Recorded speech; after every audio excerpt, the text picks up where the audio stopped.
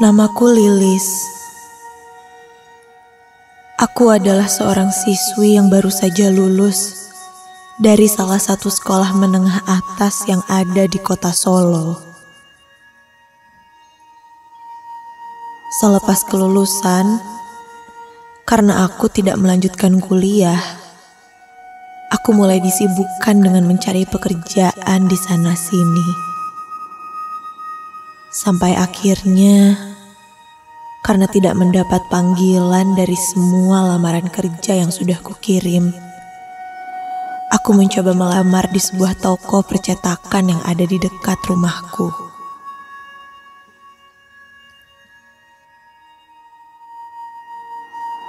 Awalnya, aku optimis akan diterima di toko percetakan itu. Karena menurut kabar, toko tersebut memang sudah membutuhkan karyawan wanita yang masih muda. Dan benar saja, tak lama dari hari aku melamar kerja di sana, aku mendapat panggilan untuk interview. Dengan rasa senang, aku pun langsung memberitahu teman-temanku. Namun, entah benar atau tidak, ketika aku menceritakan kabar ini, salah satu temanku tiba-tiba saja berkata, "Lis, kamu yakin mau kerja di sana? Gosipnya banyak kejadian aneh loh di sana. Katanya yang punya toko itu suka ngelakuin pesugihan. Ih, serem banget." "Yalah, apaan sih ah? Itu kan gosip. Lagian, mana ada sih zaman sekarang yang masih percaya sama hal yang begituan? Udah deh, jangan mikir aneh-aneh. Lu sirik kan, belum dapat kerjaan. Tahuan deh." Di sana, aku ditawarkan menjadi penjaga toko. Dan saat itu, gaji yang ditawarkan padaku bisa dibilang cukup besar untuk pemula sepertiku.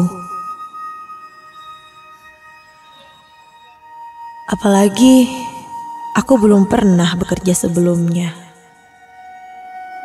Dan mungkin memang saatnya juga untuk aku membuktikan bahwa aku sudah bisa mencari uang sendiri dan membuktikan bahwa apa yang teman-temanku percayai itu salah. Sampai akhirnya aku memutuskan untuk tetap bekerja di toko percetakan itu.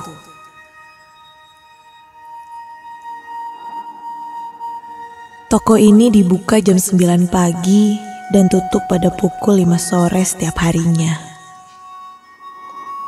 Total pekerja di toko ini ada 4 orang.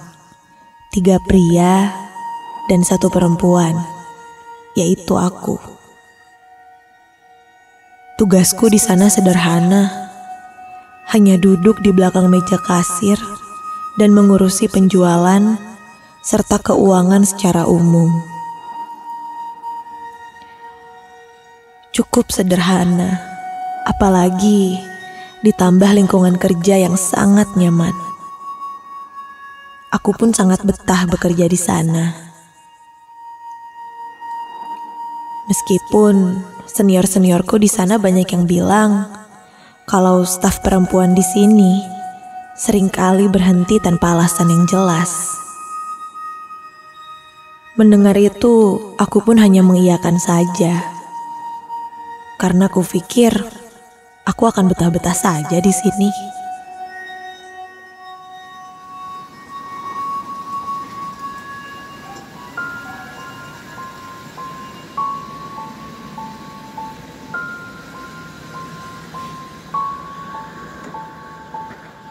Singkat cerita, tak terasa hampir genap 1 bulan aku bekerja di sana. Hingga suatu hari, karena banyaknya orderan saat itu, dengan terpaksa aku harus pulang lebih larut dari biasanya. Aku ditemani Kang Danu dari bagian gudang dan Kang Rio dari penjualan, serta atasanku yang saat itu ikut membantu juga. Jam sudah menunjukkan jam 11 malam. Setelah semua pekerjaan selesai, aku pun bergegas merapihkan barang-barangku dan segera bersiap untuk pulang.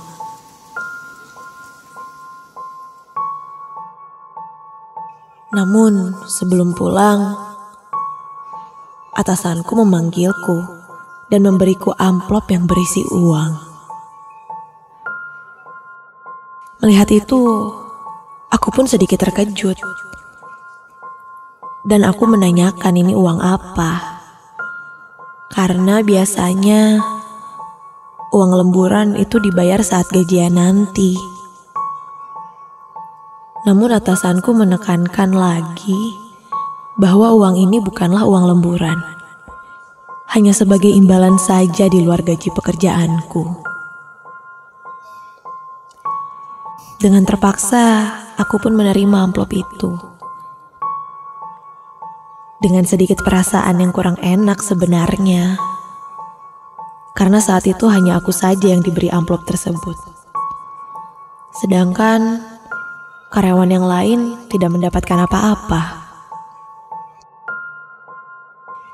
Aku menatap kedua rekan kerjaku yang lain sambil memegang amplop di tanganku. Ekspresi mereka terlihat sedikit aneh dan mereka tidak berkata apa-apa sedikit pun. Setelah memberikan amplop, atasanku pun pamit duluan untuk pulang. Dan tak lama dari itu, kami semua pun pulang. Di perjalanan pulang, aku masih bertanya-tanya, kenapa hanya aku yang mendapat bonus itu? Namun dengan sedikit percaya diri, aku meyakinkan diriku jika itu adalah salah satu prestasiku sebagai karyawan baru di sini.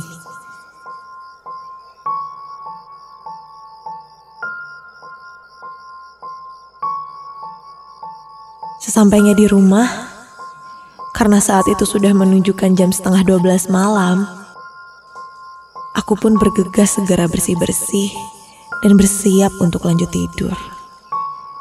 Sampai tak terasa, aku pun akhirnya tertidur pulas.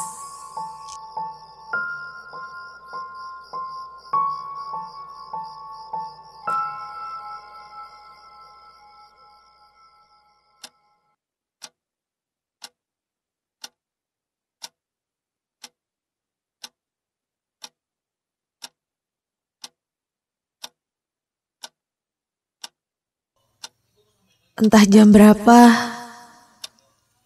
aku merasakan ada sesuatu yang menetes ke mukaku.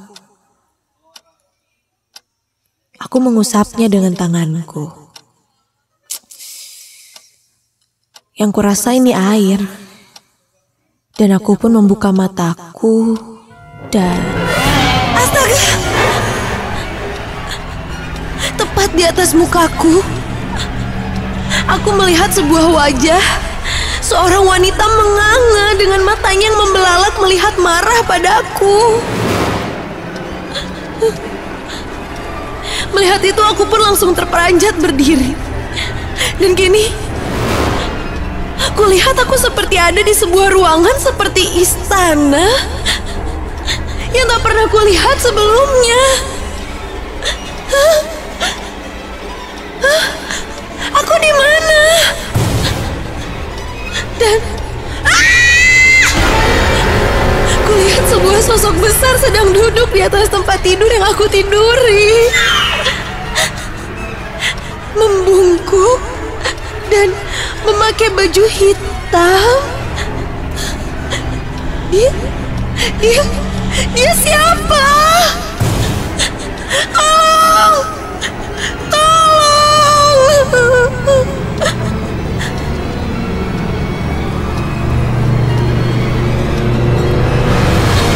Aku pun hanya bisa berteriak.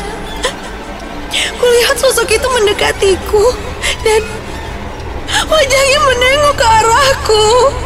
Ia menegakkan badannya, mulutnya menganga, dan wajahnya sangat menyeramkan. Dengan mata yang membelalak, seperti marah padaku. Perlahan, kulihat tangannya seakan ingin mencekikku. Dan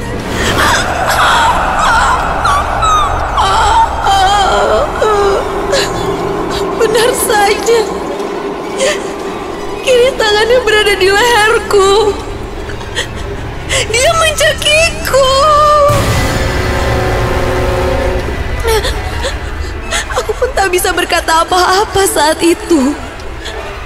Yang ku bisa hanya menangis dan berdoa dalam hati. Hingga aku merasa nafasku pun seperti habis dan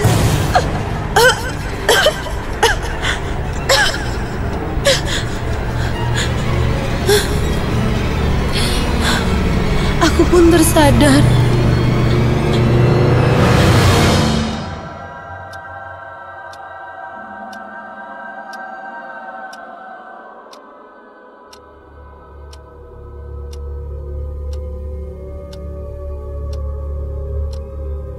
Ketika tersadar, aku melihat di sampingku sudah ada ibuku. Dan ternyata itu semua mimpi.